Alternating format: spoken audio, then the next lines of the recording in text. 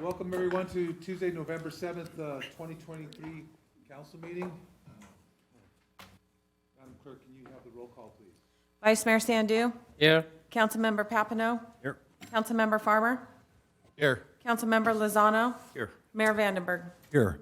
Next will be the silent prayer, followed by the flag salute.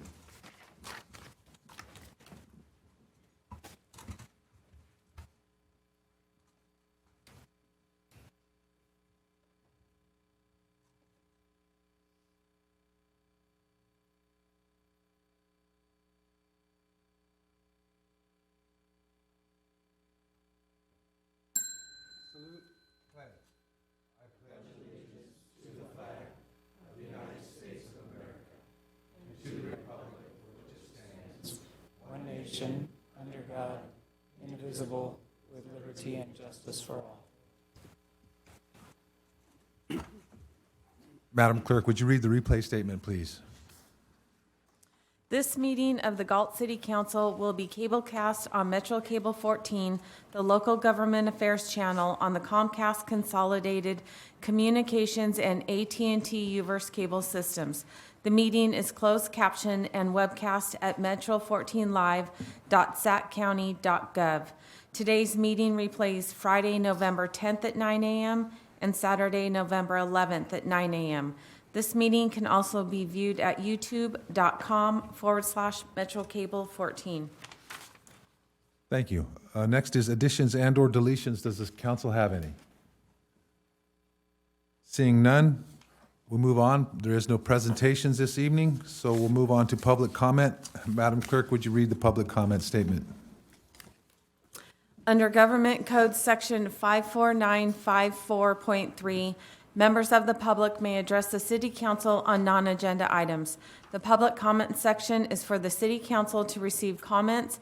Except for brief responses to questions, no discussion or action may be taken on any item that is not listed on the agenda. Please limit comments to a maximum of 5 minutes. Consistent with the City Council procedural guidelines, the mayor reserves the right to shorten the time limit for speakers to ensure the efficient and timely completion of all city business on the agenda. Do we have any public comment this evening? Yes, we do. Ken Lee.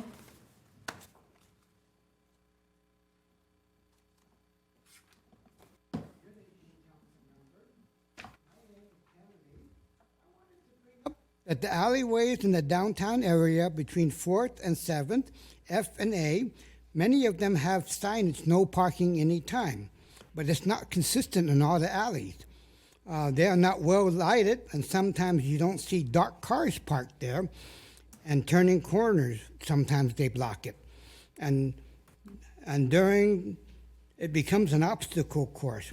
Some places leaving large trash bins out 24/7 that you could hit. They don't have any reflectors on it or anything. And can the city look into the council chambers having the door have an automatic opening on this one side of the council? I use a walker sometimes, but I don't always use it, and it would be hard to get in. It'd be easier to have that button to push to open the door.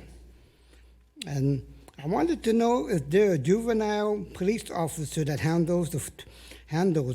The 12 to 14-year-olds are going around in packs now, and they're trespassing in garages, and they're being very insulting when you tell them there's no trespassing. They will not leave. They call you all kinds of names. Some of the unhoused are going into the stores, shoving you out of the way, cussing at you, and yelling racial remarks. I had to chase them off by throwing my shopping cart at them. There's many senior scams popping up. False automatic monies taken from bank accounts. Credit card machines in the stores in this town have skimming machines on the credit cards, and buying online taking excess monies. We need to have a monthly senior town hall, or basically at the senior bingo day, to educate and hear from the other seniors on how big the problem is. I've talked to many seniors, and they thought it was only happening to them. And basically, it's becoming a big problem. We don't have that extra money for people to be taking from us. And when you talk to the banks, they always tell you now that you have to call the company first. Before, you used to have to call the bank and they take care of it. So basically, nothing's getting done. And sometimes when you make claim, they won't give you all your money back either. They'll give you half of it. Like the EBT card, they only give you what you've been given on the maximum. And basically, you lose all the other money. And basically, they've been skimming the EBT cards, and they've been cashing them in New York at Steak and Bar and Grills. For some reason, they accept it back there in New York. I can't even go to the restaurants here and use it. And so that was it. Thank you, sir. Craig Morris.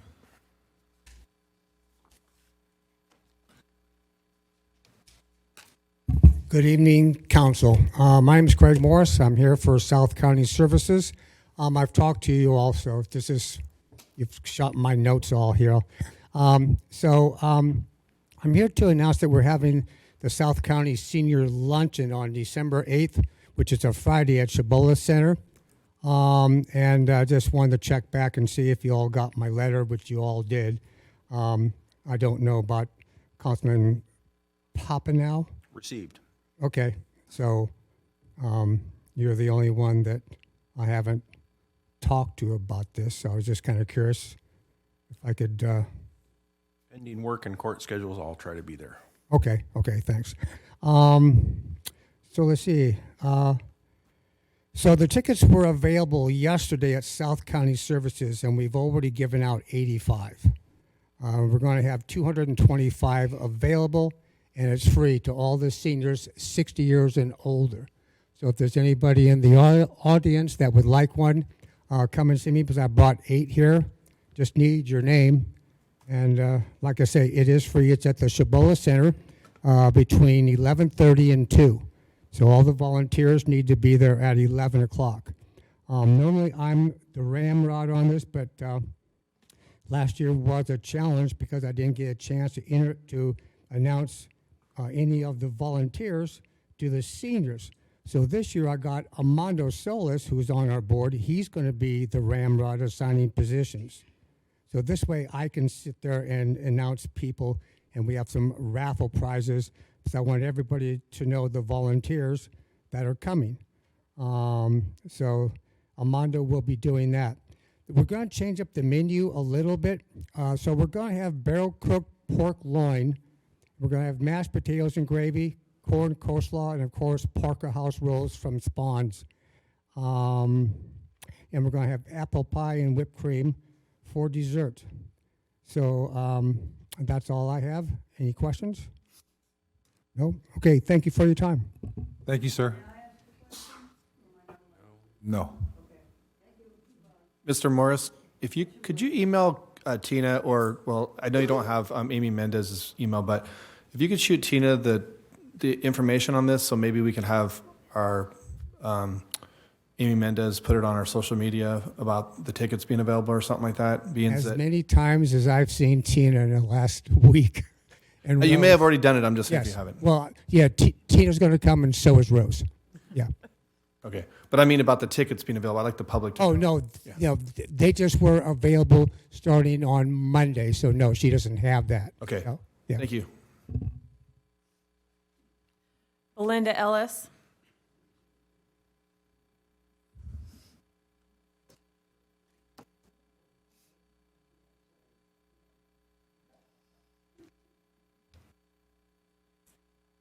Thank you.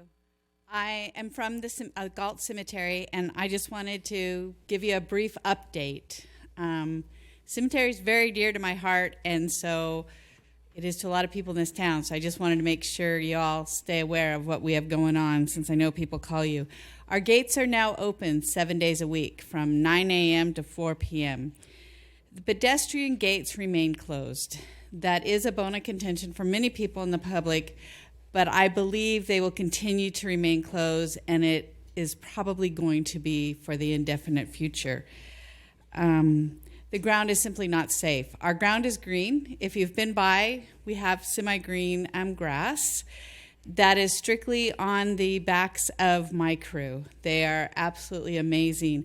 They drag hoses through the cemetery, and it's flood irrigation. However, with flood irrigation comes another set of problems. Sinkholes and collapsing graves, sinking headstones, it's rampant. There's a lot of voids in the ground in a cemetery, and the way that we're watering, we create any more. We're a little bit nervous because we have been told that it's going to be another very wet winter. So the cemetery will be green, at least for a couple months. So hopefully you won't get too many complaints about the cemetery not being green. With FEMA, we are moving forward. However, Environmental Historic Preservation and I don't see eye to eye. They don't want me to disturb the ground, and I am continuing to remind them that we are a cemetery and we disturb the ground on a regular basis. So, but we are making headway. We also continue to have vandalism, but I think that's everything. People are breaking in. We've had our gas stolen recently a few times.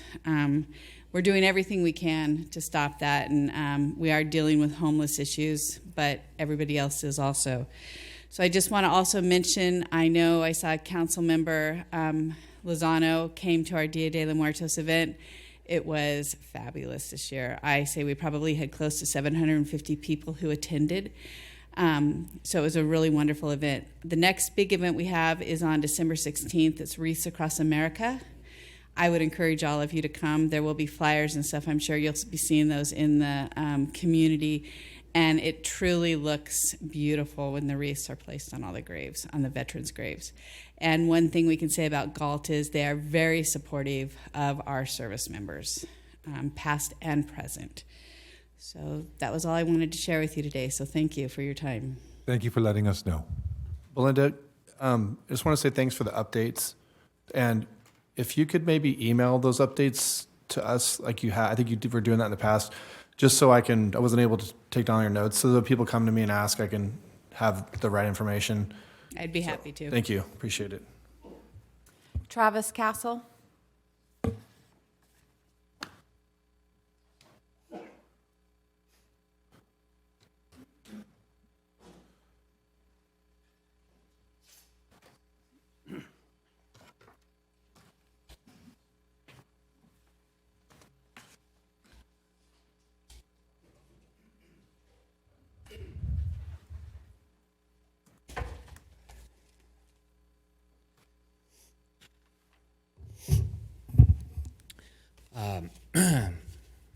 Thanks for letting me speak.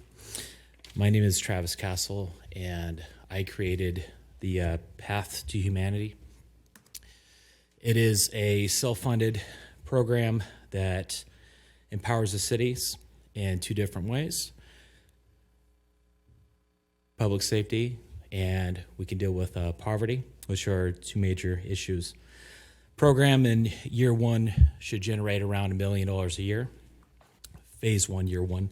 This program is funded by two sources, business and private.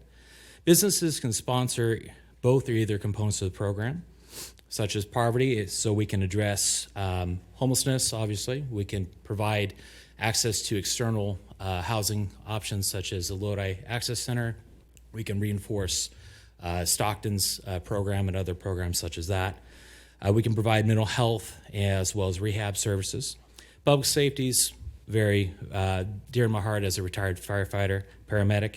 They need staffing. We have big staffing issues. We have equipment issues. And not only are we short on day-to-day equipment, we need new equipment, such as cameras that can be placed in high trespass or high crime areas to prevent vandalism and crime. And we can expand infinitely to provide community paramedicine and different crime prevention programs.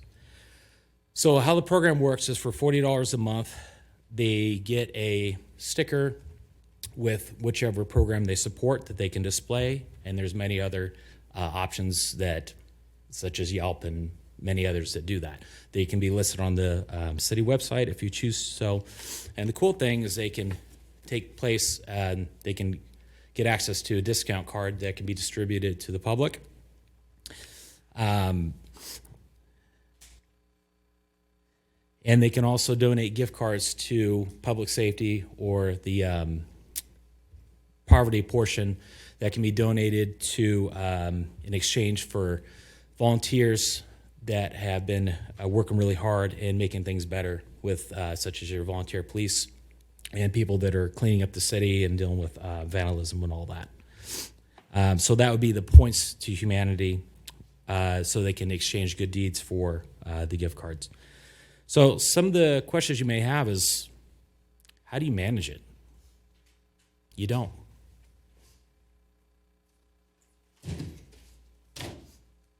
What we do is we form a board with the city and the city management. We have city treasurer can be a charity that we bring up and promote, and we put different charities in charge of housing, mental health, et cetera, et cetera. And same thing with the public safety option. So this way, the city can oversee the program without being too hands-on.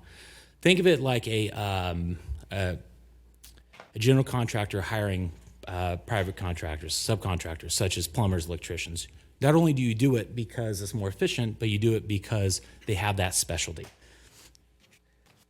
Another question you have is, why do you call it the path to humanity? Well, this isn't a figurative idea. It's literal. So we can take our current situation that's surrounding us and turn it into a positive situation. So when people elevate out of homelessness, we can create a mural, or we have all the flags around the fairgrounds at the, grounds at the flea market, where they have the flagpole, so we can have different people and their success stories. So ideally, it can provide not only a way of holding us accountable and making sure we're doing a good job with the program, but also gives access to people who are experiencing homeless, who see, oh, that's Jerry. I used to do drugs with Jerry. Now Jerry's a truck driver. Now he sees his children. I can do that. Because right now, all we have for outreach is flyers. Oh, this is what we have to offer. So I know this isn't a perfect program, but look at it like this. I'm creating a recipe, and I want your input. Together, we can make a feast. We can make this what Galt needs, create sustainable success, and prevent things from getting worse. And this is much better than what the government's given us, which is essentially ready-made TV dinners, which are not good at all. So thank you very much for your time. Thank you, sir.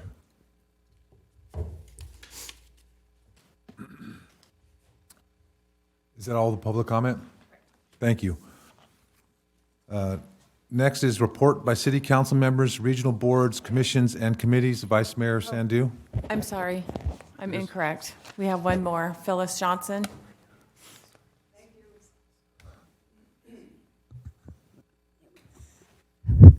Thank you. Mine is regarding compliments. Number one for Sean Farmer. The biggest one goes to him. The Chamber of Commerce and the others that worked on the Old Gold Festival. They allowed me, even though I'm limited, don't call me that dirty word, disabled, D is dirty. And I was very glad to help. But without their knowledge and their assistance, it never would have happened. Sean especially. He gives a lot of time and effort to the city of Galt, directly as well as indirectly, and we should all give him a round of applause for what he does, not only here, but all over Galt. Thank you, Sean. Appearances there, that comes to Councilman Lozano and Vice Mayor Sandu, and Mr. Sandu's wife as well, for their assistance and help also. Going further, the second day of the Halloween celebrations was sponsored through Sean again. I personally was working with L'Chaim, and I pronounce it correctly, I had given out candy to a lot of children. I gave out a lot of candy. But most of all, this has brought me a lot of happiness, and I want to thank you all for those opportunities. Also, as far as both, nothing but positive. Do it again, is what I heard, especially for the Old Gold Festival. Do it again. Do it every year. And sometimes if we run out of historical information, which can happen, maybe we can retitle it Galt Then and Now. Thank you. Thank you, Phyllis. No more public comment then. Okay, so we'll move on to reports by city council members on regional boards, commissions, and committees. Vice Mayor Sandu. Nothing to report tonight. Thank Thank you. you, Mayor. Councilman Pompano. Haven't had any meetings since the last council meeting. However, coming Thursday, we're going to have a joint meeting between the Air Quality District, SAC-RT, SACOG, and SMUD. And then also Thursday, we have a special meeting for the Cable Television Commission. So I'll have information on both of those at the next meeting. Thank you, sir. Councilman Farmer. I don't have anything to report officially, no. Thank you. Councilman Lozano. Yeah, I have a couple of things. First, regards to SACOG, we had a board meeting on the 19th. It was held at the Maple Community Center in South Sacramento.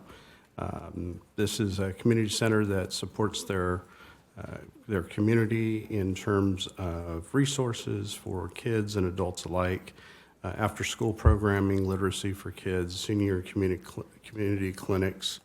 They have a charter school there where they teach lessons on citizenship and moving folks that need citizenship or want to pursue that in that area. And it also the tour also included a bus tour of the Franklin Boulevard Business District and also a new program or new initiative that SAC-RT is taking with a bus regional transit program from Florence Center to the Sacramento Valley Hub. And so exciting things that they're doing over there. Their ridership for that area is Route 51. It's the highest traveled ridership in the system. And so I think they'll serve a lot of people with every 15-minute bus service during peak times. So that was kind of cool.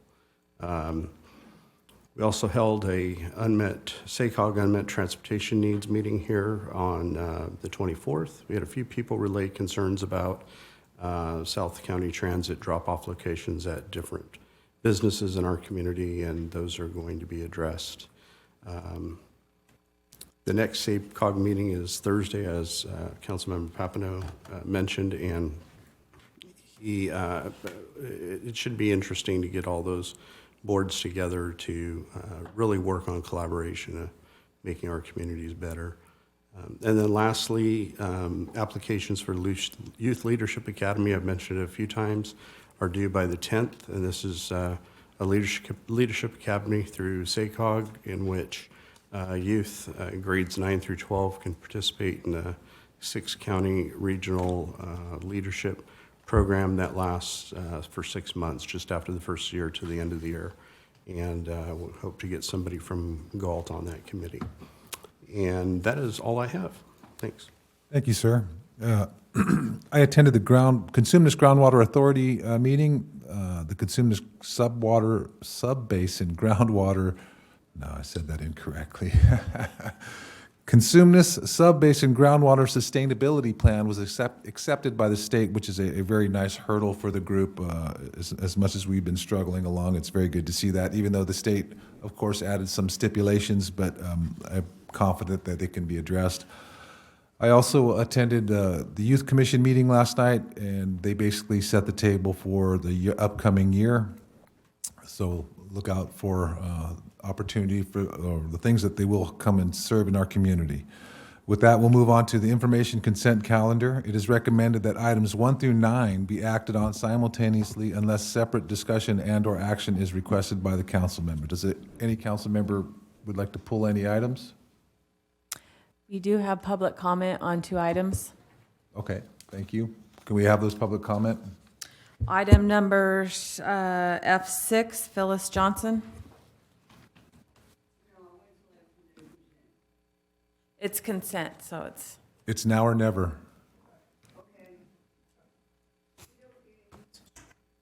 Yes, it is.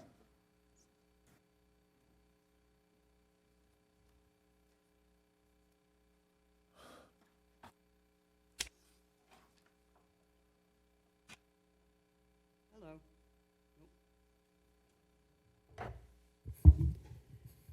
Thank you. My question is regarding this award modular office. Two things. Who will be using it? And will it bring in revenue such as rent? It will be used by city staff, and so it will not be bringing in rent. It is a replacement of, well, it's a needed space and replacement of very old structures. Thank you. That's why I asked the question, because it doesn't say what it's for. Thank you. and also on item F9, which is also consent.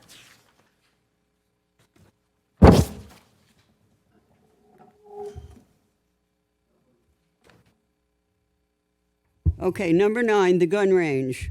I want to know the exact location, and that'll bring up another question. Because if it's going to be near residences, schools, or anything similar, that's dangerous. Thank you. It's going to be in the same location it has been since inception, and there is no hazard to any community in any way. We're not even allowed to use it, so it's a safe northwest Galt. At the,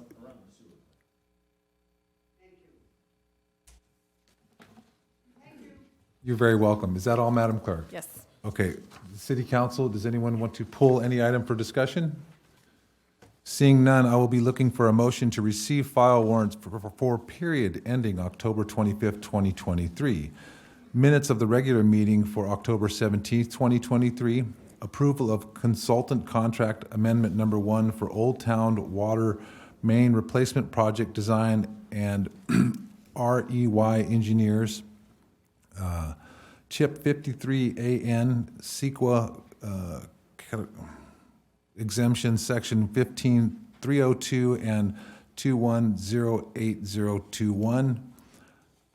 Approval of development impact fee credit agreement amendment number 1 with Richmond American Homes for Katarina Estates subdivision. Design and authorized officials to execute a Cal Recycle grant documents. Award of contract for mobile office trailer CHIP 5524F and related actions. Old Watertown Treatment Plant dry farming lease. Approval of updated clerk administrative jobs specification and classification. Gun range facility use agreement with the California Department of Corrections and Rehabilitation. Do I have a motion? Moved. Moved by Councilman Lozano. Do I have a second? Second. Seconded by the Vice Mayor. May I have a roll call vote, please? Vice Mayor Sandu, Aye. Councilmember Papineau, Aye. Councilmember Farmer, Aye. Councilmember Lozano, Aye. Mayor Vandenberg. Aye, motion passes 5-0. Next is scheduled matter. There's no scheduled matters of public hearing. Also, we'll move on to regular calendar.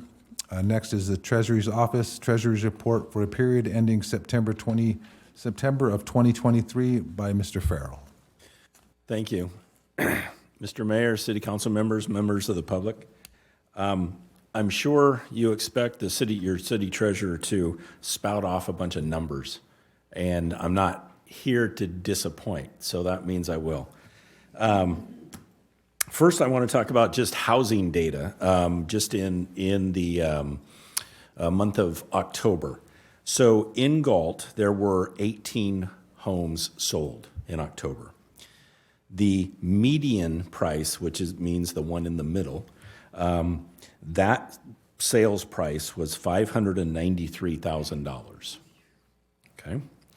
The average, when you average out the 18, that sales price was $625,000. So for those who are longtime Galtonians, and I'm looking at a couple right now, years and years ago, I mean, you know as well as I do, we bought our homes, you know, it was a lot less than that. How about that? Okay. I'll also just say that the unemployment rate, according to EDD for the city, is 4.5%, which is also the average, or I should say it's the same stated 4.5% for the county in general. We all know the inflation rate is 3.9%. That was announced last week. It's my thought that or opinion that the Federal Reserve is going to keep the rates pretty much with no change throughout the rest of this year. I actually do expect one rate increase probably somewhere like either January or March, depending upon how those inflation numbers are coming in. But that's, again, that's my crystal ball. Everybody has their own. Okay? Now, we just completed the first 3 months, or the first quarter, of the city's investments. And there's some numbers I want to throw out at you. So I want to mainly talk about the amount of interest that we earn for just this one quarter. But I want to go back about 2 years, 18 months. So first, I want to say for the fiscal year of 21-22, the city earned, so that's July 2021 through June of 2022, the city earned $358,000 in interest. That was the entire year, okay? So fast forward to today, just in this last quarter in interest, the city earned $832,400, okay? Now, am I a better treasurer than I was 15 months ago? No, okay? No, that's just reflective of certainly the higher rates. And, you know, we still have what is called an inverted yield curve, which just simply means that you get a higher yield on shorter term investments. For example, a 6-month treasury bill is 5.43%, where if you buy a 5-year treasury, it's more like around 4.6%. So that's why it's called an inverted yield curve. Okay, with that, I have nothing else for tonight, so if you have any questions, I'll be more than happy to answer them. I ask for your approval. Before we move on to questions, is there any public comment on this item? No public comment. If you want to make public comment, you're welcome to, but you're supposed to fill out a card and present it to the clerk. Oh. Okay, I got that. So the median square footage was 1,765 square feet. Okay. The average square footage was 1,864 square feet. So a difference of 99 square feet. Okay. Sure. Thank you, sir. Any questions by the council? Mr. Farmer. I always have questions for Sean because Shoot. I always find his reports fascinating to me. I don't know why. Because it's interesting. I guess just it is staggering though to think like, you know, the prices. I don't even know how people can even afford to buy homes. But do you, with that being said, with obviously inflation driving the rates up, driving our investments up, I mean, you've given some great numbers for the city for interest, not so much for the public who's dealing with inflation, but for every good there's a bad. What are some that you usually will tell us, like some things you're kind of doing with, I mean, the shortest term you can get is like, what, 6 months? No. So what are you doing and what's your projection with, you said you're projecting another rate increase. I haven't heard that from anywhere I'm reading, but I trust you more than me. This is so with that being said, are you looking at keeping things very, very short, or what are you doing? Yeah, great question. Thank you very much. So yes, right now, and for the past, I'll say 9 months, I have been trying to keep everything short. And the reason is clear. You try to get more yield that way. Now, I will say that I just last week purchased a bond, a $3 million Freddie Mac bond And it is a 5-year, okay, bond. It has a one-time, 1-year callable feature, which means that in 1 year, Freddie Mac could actually pull or call that bond back. The interest rate on that was 5.7%, okay? And so that seemed to me like a good buy, because I could, buy that at 5.7, where the 6-month I can get 5.45. So again, that one-time feature. So in a year from October 28th, so October 28th of 2024, they have the ability to call that back. If they do not call that back, then we have that bond, what is called a bullet, for the remaining 4 years of that term at 5.7%. So if you do all the math for a $3 million bond, it comes out to about 170, somewhere around $177,000 of interest per year, okay? So that's, to me, that seemed like a good buy. That's why I did that 1 5-year. All the other investments I've been doing have been I've been doing 3-month, I've been doing 6-month, year. Yeah, that's pretty much about it. So I've been keeping it very short term. And the reason is to try to build up the amount of interest that we earn. All right. Well, thank you, Sean. I appreciate your reports. I always look forward to them. Sure. No, and I'll tell you one other quick thing. So my next door neighbor, when he was in the military, he had to be transferred. He put his house on the market. Okay, this is not it's not one of the 18. It's for the month of November. Literally in 1 weekend, he sold with multiple offers. So that's how quick the homes are going, and that's why you see the rise in the price so much. I had a real estate friend of mine. Obviously, there's a lot of real estate people in Galt, and we all know many different ones. But just want to throw the comment because we're in a conversation real quick. I was saying, well, how can people afford to buy a home at an 8% interest rate? I mean, especially a first-time buyer.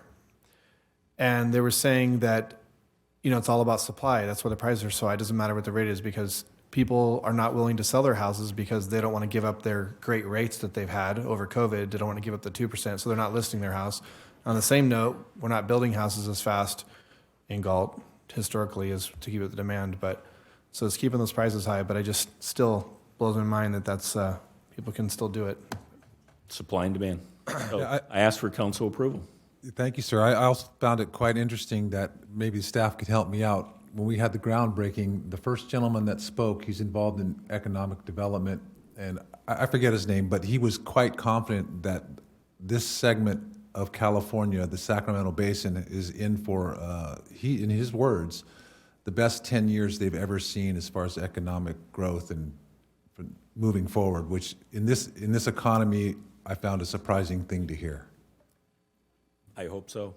Yeah. So with that, I'd be looking for a motion. Oh, yeah, we going through public comment, Madam Clerk? I asked that. Yeah, no public comment. Okay, thank you. With that, I'd be looking for a motion to accept the treasurer's report for the period ending September 2023. So moved by the mayor. Second. Seconded by Councilman Lozano. May I have a roll call vote, please?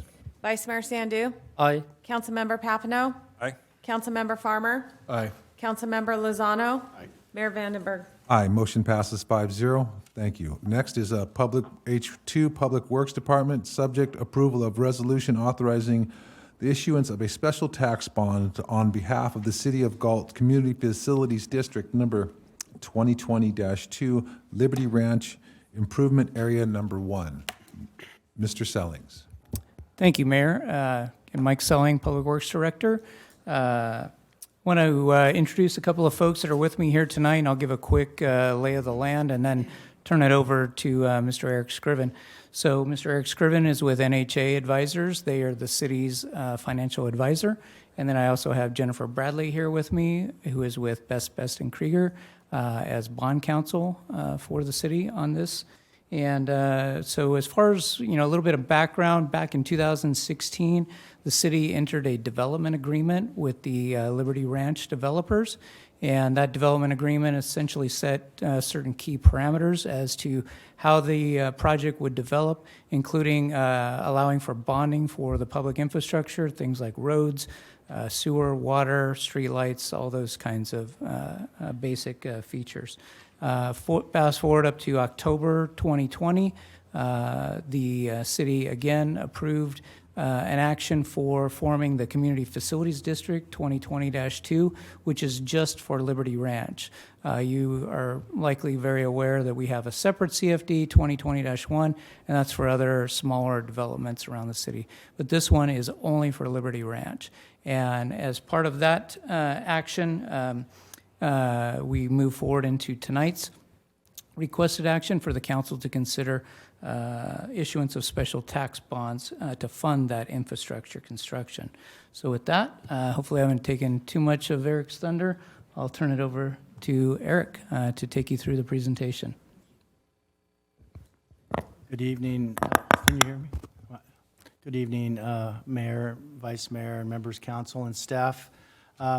Really glad to be here. I think appreciate my colleague Craig Hill for standing in while I was on vacation over the last couple of weeks. There were information meetings that occurred prior to tonight. So as Mike mentioned, this project goes way back from the development standpoint. The DA was executed a while ago, and in fact, the CFD district was executed in October. So that's about 3 years ago, actually. And there was a lot of negotiations went on, and city councils approved the citywide services as well, which was a really good approval. So the process has been good in our opinion. I'm going to put my glass on so I can see. So without going into the details too much on each of these bullet points, it's a large district, and we're talking about Zone 1, which of the total 1,400 residential units, approximately 700 are part of the area at number 1. And the limitation that was approved back in October of 2020 that set the parameters for bonding this is about $83 million. The current proposal for this bond that's before council is about $11 million, and we'll go into the reasons why that number is before you for approval. The background on the special tax is that there's a rate and method of apportionment that was approved back in October of 2020. The RMA sets all of that up. And there's two parts to the levy. There's a tax A and a tax B. The tax A is the tax that will be the security for the transaction and any potential future transactions. And tax B is for the ongoing services. The tax B has been approved, and there was an analysis that was done prior to approval of that RMA back in October 2020 to make sure that the city's services would be maintained from this development. So that goes on in perpetuity, tax B. So tax A is going to be what funds is the security for the transaction. It'll be paid by the property owners. Again, it won't be paid by the security, won't be levied in any way. There's no liability for the city. It's paid by the property owners. Initially, the developer, and in the future, the residential owners of each of those parcels.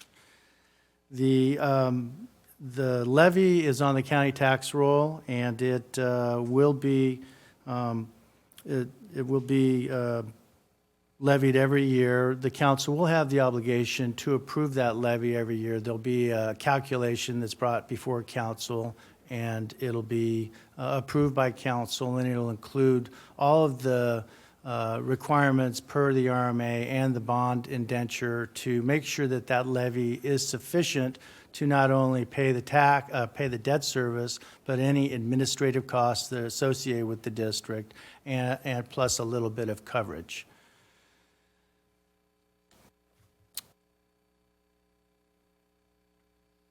I think that's it on page 2 or 3. I'd like to pass it over with respect to the goals and policies that were identified and laid out originally and approved by council. So good evening, Mr. Mayor, City Council, members, and staff. So as we said, this has been a long and ongoing process. So the city has previously adopted goals and policies for its community facilities districts, and that really provides overall guidance for the city in terms of proceedings for its community facilities districts and the issuance of bonds of its CFDs. And within those goals and policies, it lays out a few items, among which are a value to lien ratio requirement, minimum tax requirements, and an overall aggregate maximum tax burden on homeowners. And so the city's goals and policies have a 3-to-1 value to lien ratio in terms of the appraised value. There has been an appraisal on the property within the CFD. So in terms of the appraised value as opposed in connection with the amount of debt that's going to be issued. And that really allows the city to limit the amount of bonds that are issued for the development as development continues, to make sure that the issuance of bonds doesn't get out in front of the development as it progresses. There's also a minimum special tax levy, which is 110% of debt service and administrative expenses of the CFD. That ensures that the special tax that is levied on those properties in the CFD is sufficient to cover the debt service and the administrative expenses that go along with the CFD. And then there's also an aggregate maximum tax burden on the homeowners. The city's goals and policies has a 2% maximum.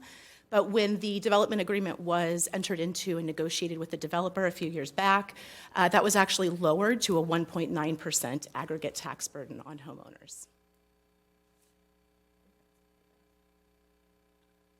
So the numbers are that we have an appraised value as a snapshot in time right now of about $34,420,000. The issue is proposed to be sized at a maximum of $11,005,000. That's not precisely 3-to-1. There is some existing lien on the parcel out in the area right now. So to remain within the goals and policies parameters, the $11,005,000 is the limitation. The debt service, it's a partial year initially, so it's about $450,000. Should stabilize. Well, the next year will be $625,000. The payments do increase at 2% a year for over the 30-year proposed term of the bond issue. The interest rates are pretty high right now compared to what we've been used to. That's why you're earning so much money on your deposits. So for tax-exempt debt, we've got a limit in the documents for approval this evening of 7.25, but right now we're looking at true interest costs of about 6%. Again, the limitation on the tax, cumulative tax per parcel is 1.9%. So that's inclusive of tax A, which is the security for the bonds, tax B, which is the services component of the CFD tax that pays for safety and all the general main services of the city, and anything else that's already on the tax rolls, geo bonds for schools, et cetera. So that's the maximum, and that'll be adhered to. Turning the page, we wanted this to be complete for the record. There's been a lot of folks working on the project, but the city staff does lead the team, and the remainder of the folks on here have worked together over the last since 2018, honestly, when we started negotiating with the developers on the rate and method of apportionment. So we're here tonight to bring this to the City Council. I'm going to hand it back to Jennifer so she can talk about the legal documents that are before you this evening, and if there's any questions, glad to answer them. So the city council has before it all of the financing legal documents that are required to issue and sell the bonds. The first is the fiscal agent agreement. The fiscal agent agreement provides the terms and conditions upon which the bonds are going to be issued and then administered. It includes things like the maturity schedule for the bonds, the funds and accounts that will be established in connection with the bonds that will have CFD special taxes and bond proceeds deposited into them, and things like tax covenants of the city to make sure that the tax exempt status of the bonds is maintained. Next, we have the preliminary official statement. That's the offering document for potential investors in the bonds, and it's required to have all of the relevant and material information relating to the bonds to allow a potential investor to make an informed decision as to whether or not they want to purchase the bonds and invest in them. And then you've got the continuing disclosure agreement or certificate. It's actually attached to the preliminary official statement. It basically memorializes the city's commitment to provide ongoing information to the bond market, which is required by federal securities law, related to the bonds and the CFD, the district. And then lastly, we've got the bond purchase agreement, which lays out the terms and conditions upon which the city will offer the underwriter to sell the bonds, and that the underwriter will offer to purchase the bonds.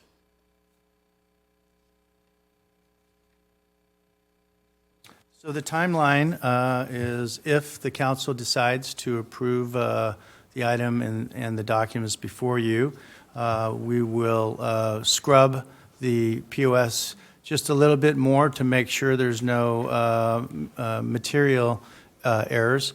There is a couple of steps that need to occur. There is no rating in this process. These are non-rated bonds. So we do have some diligence work to do with the underwriter still prior to releasing this preliminary official statement to them, whereupon they'll put that out into the marketplace and start selling the transaction to investors. That should be about a 2-week period of time. When that 2-week period of time concludes, there'll be a day, we call it the bond pricing day, where there's an order period opened up for investors to make offers to purchase the bonds at certain interest rates. And at the culmination of that 2-hour period, which is the result of a 2-week period of time trying to marshal up the interest of the investors, there'll be a sort of a moment in time where the underwriter will sit down with the city manager, finance director, as well as ourselves, and discuss the results of that sale. If there's any unsold balances, they're going to make an offer to purchase the bonds at certain interest rate levels. And if there's any unsold balances, they will offer to underwrite those balances as well, so that they're buying 100% of the transaction. If the city agrees with our analysis and concurrence that it's the deal that they expected or hoped for, then there'll be a verbal award on that day, the date of pricing. At that point, all of the transaction details will be memorialized into the bond purchase agreement, and that'll be submitted to the city manager and the authorized representative at the underwriter to execute that bond purchase agreement, and then you have a deal. Before that time, there is no deal. It's at that moment when you have an executed BPA, you have a transaction, and then all of the other details are filled in on all of the other documents for the closing, which is usually a couple weeks later. So with that, we'd be glad to answer any questions. Is there any questions by the council? Yeah, I'll start it off. So first, I appreciate the pre-meeting, I guess we call it, with the, that we all had last week, I think it was, on this, just kind of breaking the ground on the details. In this example you have on the back of the packet we were given, Appendix 1, or Appendix I guess, it kind of gives like an example, square footage of a house, 2,200, estimated value, and it goes through the whole thing, talks about taxes, elementary school bond, high school bond, county taxes, et cetera. And at the bottom, it uses a 1.77. You guys are saying that the cap in this case is 1.9, and that's the example that was given to me on the prior meeting, but in your example, you're using 1.77. Why is that? Do you know which? Debt table, is it attachment to the POS? So I'm just curious, why the 1.77 compared, I mean, why would we be looking at, in actuality, it'd probably be 1.9 when it's all said and done, right? It's not going to be 1.7. Correct. There is some constraints. One of the constraints right now is the appraised value. We've got an appraised value that's probably it's starting to accrue increasing levels of value. So we're not, there's a series of constraints in this. Another constraint is the 1.1 times coverage. You have to make sure that you always levy for the bond issue. So you can't issue more than the bonds to stay within the 3.3 to 1 ratio. You can't issue any more if you don't have the 110 coverage. So that's without sort of thinking about it too much more. We're not going to get to the 1.9. There's these constraints that don't allow us to get there just yet. And we may never get there up to the 1.9 if those constraints cannot be adhered to. Okay, thanks. What's the length of the term of the bond? I mean, I know I was given this information before, but just for the public. 30 years. 30 years. In the meeting I had, you mentioned there was something about 30 years, but then it would turn into something else and it would continue beyond 30. The bond? The bond? Yeah. The bond, well, there's a limitation in the CFD, the district that was set up. The bond itself, this bond is going to be 30 years. But there could be a bond issued next year or the next year, depending on what kind of value is present, so that you can do you make sure you stay cumulatively with this $11 million bond. There's another bond that's issued. That could be a 30-year bond as well, so it'd be 1 year further out. What is our limit on the district for bonds? I think it's 30. It's 30, so that'll be a 29-year bond for if it's issued next year. Okay. I mean, we'll have to double check on that, but. So just for the public that's watching to understand, what this is basically, this is a way for the developer to recoup costs of all the infrastructure, like water and the whole gamut of all that stuff that has to be done to make this project happen. This is basically reimbursing that through the bond, right? You're basically, I mean, I'm just trying to break in layman's terms. A lot of people watching this probably just don't not even understand what we're going through right now. So I'm just trying to dumb it down a little bit so that people can understand. It could be potential home buyers that are listening on this, that are looking at that project, and they're trying to understand what this means and what's the purpose of this. That's correct. This is lower cost infrastructure financing. They could find private equity or a bank loan, which are higher cost. So in return for that, in our opinion, as an advisor to the city, the city should be looking for a good amenity or a higher amenity project.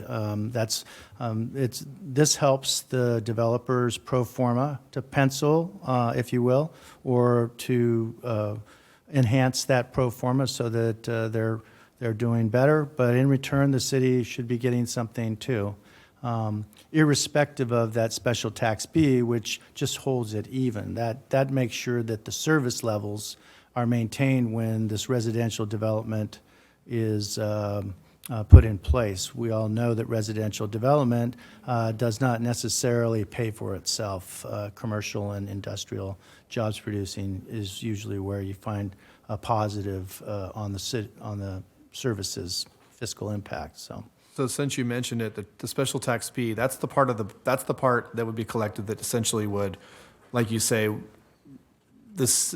If we're bringing on, eventually 1,400 homes in this area when the project's built out, roughly, right? That's the number. So the special tax B is basically going to be for service levels for like first responder, fire, medical, right? So that comes back to the city, the special tax B does. Correct? Correct. Correct. Correct. Okay, and then one last question, and I'm going to let my colleagues go, is I was told kind of leading into this that this was an agreement that was made in 2016 with the developer, right? So why come to the council? Why do we have to approve it? The issuance of the bonds is actually by the city on behalf of the CFD. And so you've approved the development agreement to do it, but now that we've drafted all the financing documents, we need to bring them in front of you to have them approved, since it's not the developer issuing the bonds, it's the city on behalf of the CFD. So city council needs to approve the financing documents and the issuance and sale of the bonds at this time. Okay, I'll let somebody else go. Thank you, sir. Does anyone else have any questions? Thank you. Just for the clarification, this development agreement done was back in 2016, right? Correct. And their development agreement, the current council, if they want to do anything, they already bound, they can't do anything. Just for the public record. The meeting today we can approve because due to the bonds, because we're going to sell the bond, right? So the other question is, there is two kind of tax. One is tax A, the other is tax B. Tax A is very much 1.9%. That's why what's No, the tax A? No, the approximate value? 1.9% is simply a maximum effective tax rate. That's not the tax for special tax A. So that can be, we approximating 1.9 or plus or minus, right? On the property value, yes. Right. I think it's important to note that maximum of 1.9%, that's the maximum, the limit. That's including the 1% ad valorem tax that's already on the tax rolls, and any school general obligation bonds or any kind of special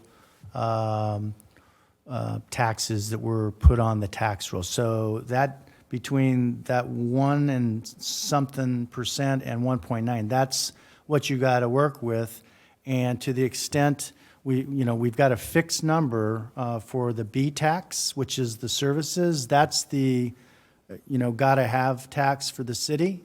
Then the remainder is on the table for tax A, which is bondable for infrastructure. But tax B is really the priority in those two taxes. Thank you. Thank you, Mayor. Thank you, sir. No other questions? Mr. Farmer? Mr. Lozano? No questions? Is there any public comment on this item? We have Phyllis Johnson. Two things. First of all, I'd like to speak as a property owner. As far as these levies are concerned, how will we know about them? How will we know the amount and how much before they're due is very important. I'll take that. So these are, the levies are only on the houses in the Liberty Ranch development, so it's only on these new homes that are being built. And there are disclosures that the home builders will provide to the homeowners to let them know they're in a Melrose district and that there are special taxes on them. So when someone goes to purchase the house, they will be able to decide whether or not they want to purchase in that district. May I? Yes, you may. Go ahead. Okay, number two. I'm going to ask as an ex-banker, but when I say banker, I worked at Manufacturers Hanover Trust / Corporation for 16 years in the pricing department. So I had like the estate and trust, all the accounts, and I had the various departments like real estate and whatever. So my question is, and this is new to me, I'm asking from a bank standpoint because of a statement. My thing is, the banks may charge more, but if you can get a fixed rate where the interest doesn't change periodically, you're better off to pay a little bit more in the beginning and know what you're paying all the way through. Thank you. Sage advice. Is there any more questions? Yeah, questions, maybe comments. So I'm just want to clarify, like the Vice Mayor mentioned, he was saying that this is a contract, this is a development agreement that was made in 2016. The Vice Mayor just basically made a statement that we're kind of contractually bound to approve that. I'm just trying to understand the legalities of this, Mr. Smendario. Sure. So the DA is a planning document. It's a contract between the city and developer that agrees to all sorts of bells and whistles regarding a proposed project. Everything from what infrastructure is going to be required, improvement plans, a subdivision map, perhaps fees, and then always within a DA is going to be a component regarding financing. How is backbone infrastructure, for example, going to be paid for? And in this DA, the city and the developer agreed back, I think in 2016, that the component of infrastructure was going to be form a CFD, and through a CFD, at the right time, when certain triggers and conditions happened, the backbone infrastructure, so the pipes in the ground and all the other things that would benefit that project, would be paid for through special taxes levied on the property, which you can do for CFDs. For CFDs in particular, there's only two types, and they've already hit at it, one of them. Services, so impacts for public safety services, ongoing maintenance, et cetera. That's the tax that was mentioned by the advisor earlier. That's the priority for what's happening tonight. The other tax that can be levied through the CFD, which was contemplated in the 2016 DA, is for a bond issue. And the bond issue allows essentially finance to pay for the significant cost of the infrastructure for that project.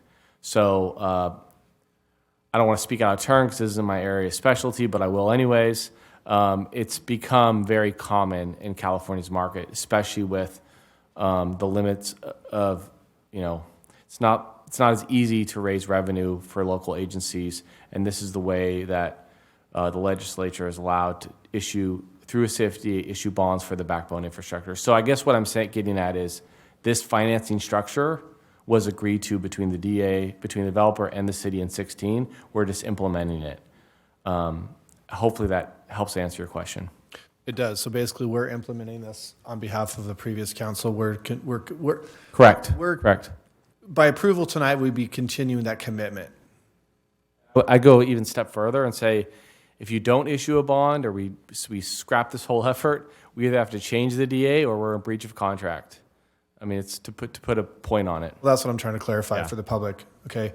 Thank you. Yep. I do have some other comments though. So looking through your example, and I asked some of these questions in our previous meeting. So based on our treasurer's report, average prices. I know I asked this question before. What do we think the entry level home is going to be in this subdivision?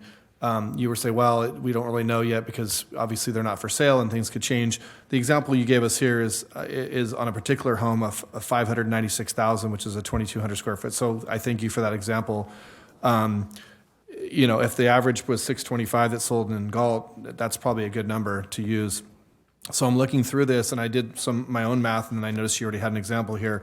So after you get through property tax, bonds, et cetera, not counting like homeowners insurance and things like that, you're looking at, if somebody buys a 600,000 square foot or $600,000 home, they put 20% down, you're financing, 500 grand, maybe a little less. You're basically looking at like a $3,500 house payment when you start adding the bonds. I mean, as it says here, $11,000. So these homeowners are going to have an $11,000 cost on their home on top of their mortgage. So essentially with everything said and done, you're probably pushing between 45 and 5 grand a month on some of the middle of the road homes, maybe less on the small. I mean, to me, there's people out there that can afford them, I guess, but I know, in your line of work, you guys do all the market analysis, and who am I to say what you're going to be able to sell and what you're not going to be able to sell?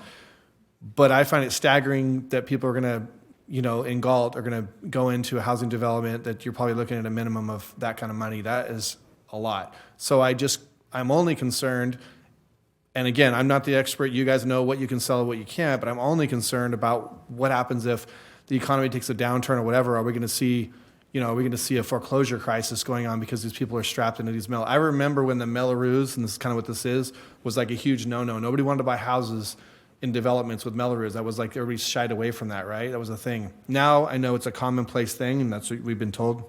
So I get that that's the norm, and people have accepted it. But I'm only stating for the record that I think this is like, these are staggering numbers. I don't know how people like my daughters who are in their 20s would ever buy a house in the subdivision. I mean, I just don't know how they could afford it. Maybe it's not for first-time buyers, but so because of the reason that Frank said, obviously I'm going to support it tonight because I feel like it's a promise that the city made to you guys, and it's a promise that this council has to uphold. But personally, I don't believe in it. I understand the purpose of it, but I just feel like in this day and age, people are just so hammered with whatever. So, but anyways, I just wanted to state that. Thank you, Mr. Mayor. You're quite welcome. We covered public comment, correct, Madam Clerk? Yes. So that with that, I would be looking for a motion to approve the resolution authorizing the issuance of special tax bonds for and on behalf of the City of Galt Community Facilities District Number 2020-2 Liberty Ranch Improvement Area Number 1. Do I have a motion? Moved by the mayor. Do I have a second? I'll second it.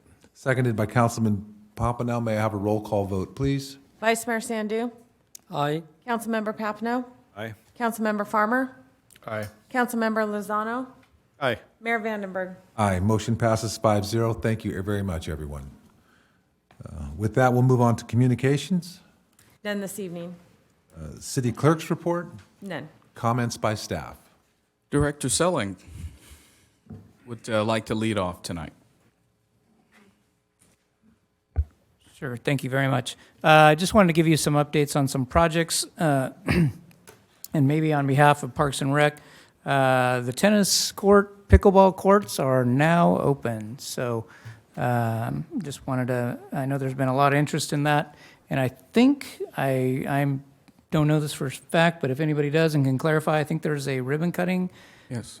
scheduled for Saturday? Ribbon cutting scheduled for Saturday morning. Okay, all right. So I just want to make everybody aware. I think it's at 9 a.m. is the time that I heard. So anyway, that's an exciting thing.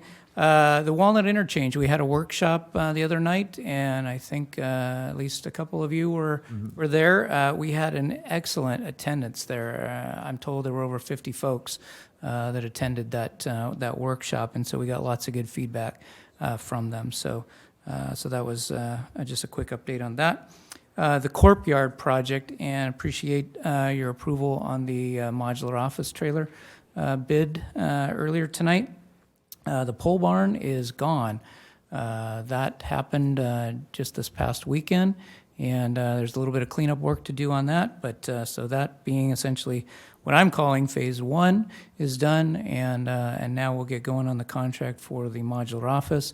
And I expect we are finalizing negotiations on a proposal for the site work, and I expect that hopefully we'll have that contract signed by the end of the month and get that piece going. So lots of progress on the Corp Yard project. The pool slide, just kind of maybe a teaser. I think we're looking to set a date for a public meeting or outreach on that in early December, so stay tuned on that. So, and then the last thing is the 5 playgrounds that the council approved. That project, gosh, I think it was in the spring. They're wrapping up the 4th of the 5 parks at Canyon Creek, and are expected to move into Community Park here probably in the next week or so, and that will be the last park of the 5. So, so just some quick updates for you on that stuff. So, thank you. Thank you, Director Selling. Director Boring.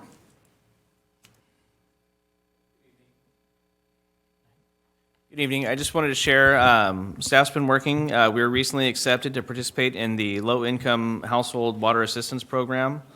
It's a program to help low-income households pay their water bills, which we recently started turning off water service again. And so we have some customers who hadn't paid for an extended period of time during COVID. So the staff has worked very hard to get that. So we were just recently added to their website. I know staff has reached out to some of the customers that have contacted finance so far, and we'll be working to get that information out to residents that might be eligible for the program. And we're also finalizing our transition for our business license software. Our business license renewal goes out later in November, and so we're doing the final testing for our new system, so we'll share more information about that, but we're hoping it's a much smoother process than last year. It offers a lot of the same benefits. Businesses can go online and pay by credit card if they want, but the city manages the process, so if they want to pay by check or come pay with cash, or they want to print out a form, and they can come to finance and we can help them there also. Very good. Thank you. Chief Kalinowski.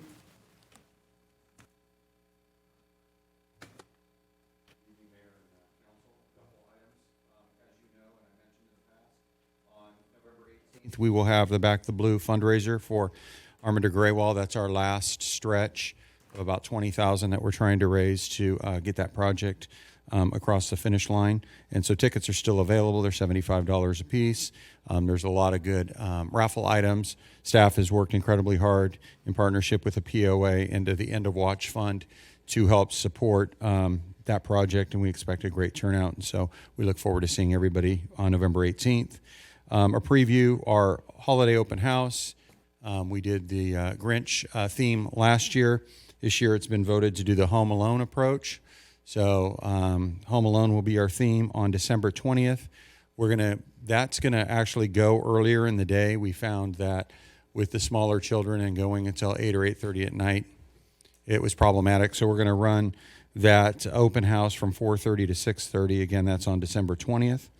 And then the Cal Chiefs has 7 positions they assign to or appoint to Cal Cities for support on watching. I don't know if watching is the right word, but participating in the committees that Cal Cities has.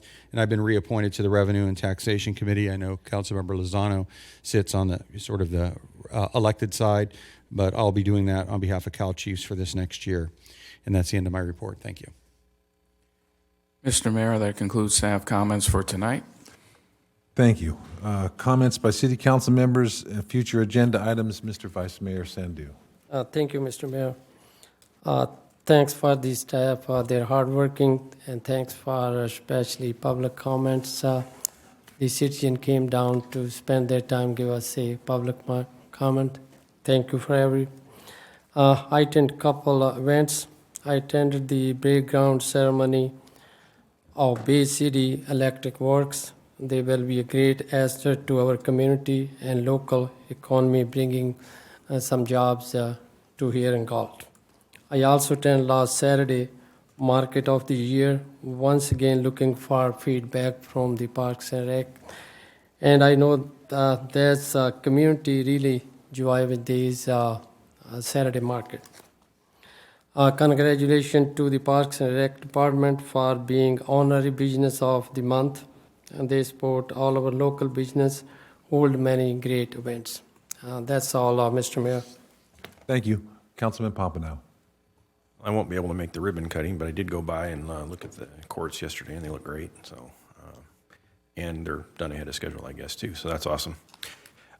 Staying with the Park and Rec theme, not to be a downer, but we're going to get through the holidays here pretty soon, and we're going to start talking about field allocations for softball et al. And at this point, we have nothing on the table or in the plan to complete Walker Park within the next decade. So we've talked about requesting the city manager and staff to come back with potential ways to finance and fund getting that done sooner. And so I'd like concurrence from other members to bring that back as soon as possible before we end up looking at springtime and we don't even know what Walker Park's going to look like. I agree. We asked to look at some other options and whatever, so I would like to see that as well, yeah. Okay. Me as well, and that makes 5, I assume. Yep. So as soon as we can get it on the agenda, thank you. All right, thank you, Mr. Mayor. No, go ahead, go ahead. Oh, go ahead. No, you're fine, sir. Thank you. Oh, I thought I was next, so. You are next. Okay. I thought you were going to make a comment about the before. No. Yeah, I just want to welcome Bay City Electric. We were all in attendance. It was very well attended. All the city staff was there. some of our elected officials at the county level and such. So just want to welcome them to Galt. They looked around, I guess, a long time and found Galt was their place to land. So we're happy to have them. I wanted to say a big thanks to Parks and Rec. I know Mr. Solis isn't here tonight, but if he's listening or to the staff's listening, we want to congratulate you guys on another successful year of the Saturday Market. I think it's been a huge success, and we've been growing the event, and they've been working really hard from everything from social media to planning the events. I know how much work it is, and so was a great last one. I seen Councilor Lozano there and Vice Mayor, and I think there might have been more. It was so many people, and maybe I missed if you guys are there, but it was well attended. And so I want to say a big thank you to Jackie and her crew and Parks and Rec and everybody involved, even to your department, Mike, if whatever hand you guys have, but everybody involved, I want to thank him for that. I do want to thank, again, I know I emailed you, Mike, but I want to thank you to Parks and Rec for quick response to that issue over the weekend with some spilled paint all over the sidewalk and whatnot. Your guy was out there like super fast, so I appreciate that.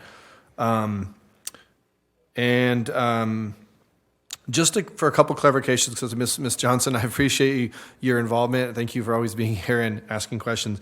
The gun range we've had the gun range for a long time. And it's actually leased to the CDCR, which is the corrections. And so they're just we just made a new arrangement, and they're going to continue to use it. And it's by the wastewater treatment plant. And then the other thing, the trailer there was a question about that. That's to replace an old structure that's been torn down for Parks and Rec staff. We're going to do modular trailers, and that's what that's for. I do want to thank you for your kind words. Very sincere. Thank you very much. But I did want to clarify that I did have nothing to do with the Halloween events. The one on 4th Street was done by Ms. Weber, and in conjunction with Laheim. Everybody participated in it. We all did, but I had no hand in organizing that.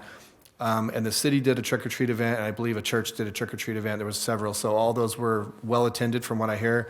And I want to thank all those organizations for doing those. But I didn't want to make sure it was clear that I didn't have a hand in those, but I appreciate your comment anyways. If it wasn't for your attitude to start with, it wouldn't have gone on at all. Okay, well, thank you. I appreciate that. Other than that, I just want to say thanks again for public comment tonight and people that spoke, and thank you for the treasurer's report, and that's all I have. Thank you, Mr. Mayor. Thank you very much. Mr. Lozano. Yeah, I'm sad that Miss Ellis left because I did want to make a comment about their event they had, the Dia de los Muertos event on the 21st, and it was well attended, and I wanted to thank her and her staff for everything they do to make the cemetery the best place that it can be, given the disaster they had last year.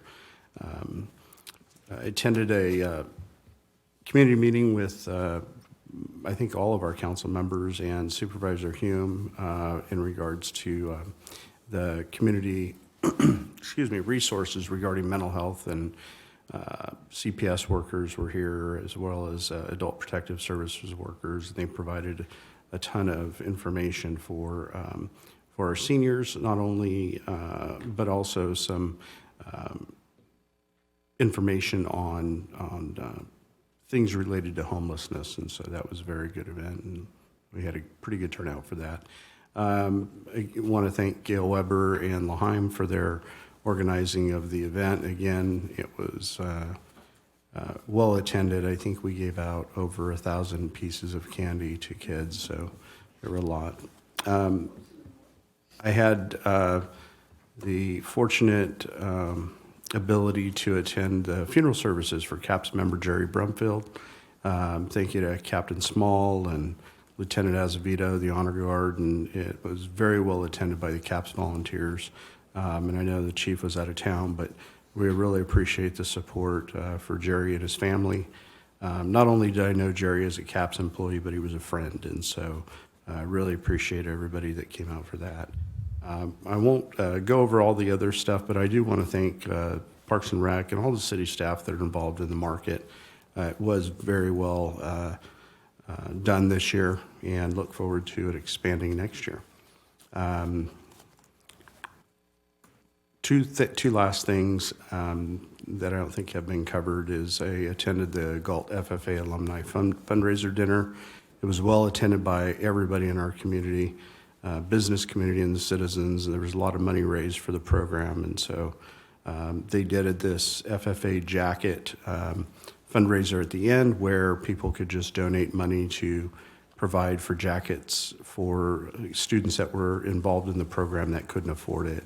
And I think there was enough money raised at the end there to buy probably more than 100 jackets. And so people were very generous that night. And then lastly, the Galt Teen Center had their 3rd anniversary celebration over the weekend on Sunday, and I got to see Don Natoli, and he's been real involved with helping them get things from the county level when he was a supervisor, and so it was nice. And thank you to Annette Kunze and Sarah McFadden and their entire board and everyone that works with the youth. They've served over 400 teens in 2 years, and so I think they're doing a really good job. And then just lastly, the Bay City Electric. I think that is going to be an awesome company in our city, and I want to thank Amy Mendez and Craig and certainly Mike for helping get that project going. And I think it's real important that the city, or any government, but certainly our city, work with people who want to invest in our community.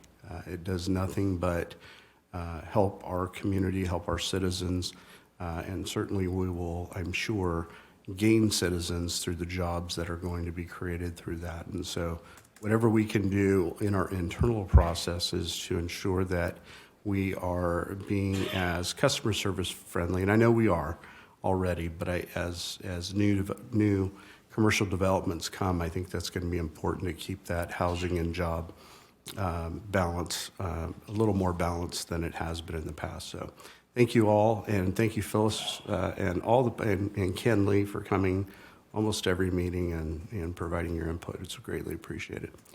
That's it.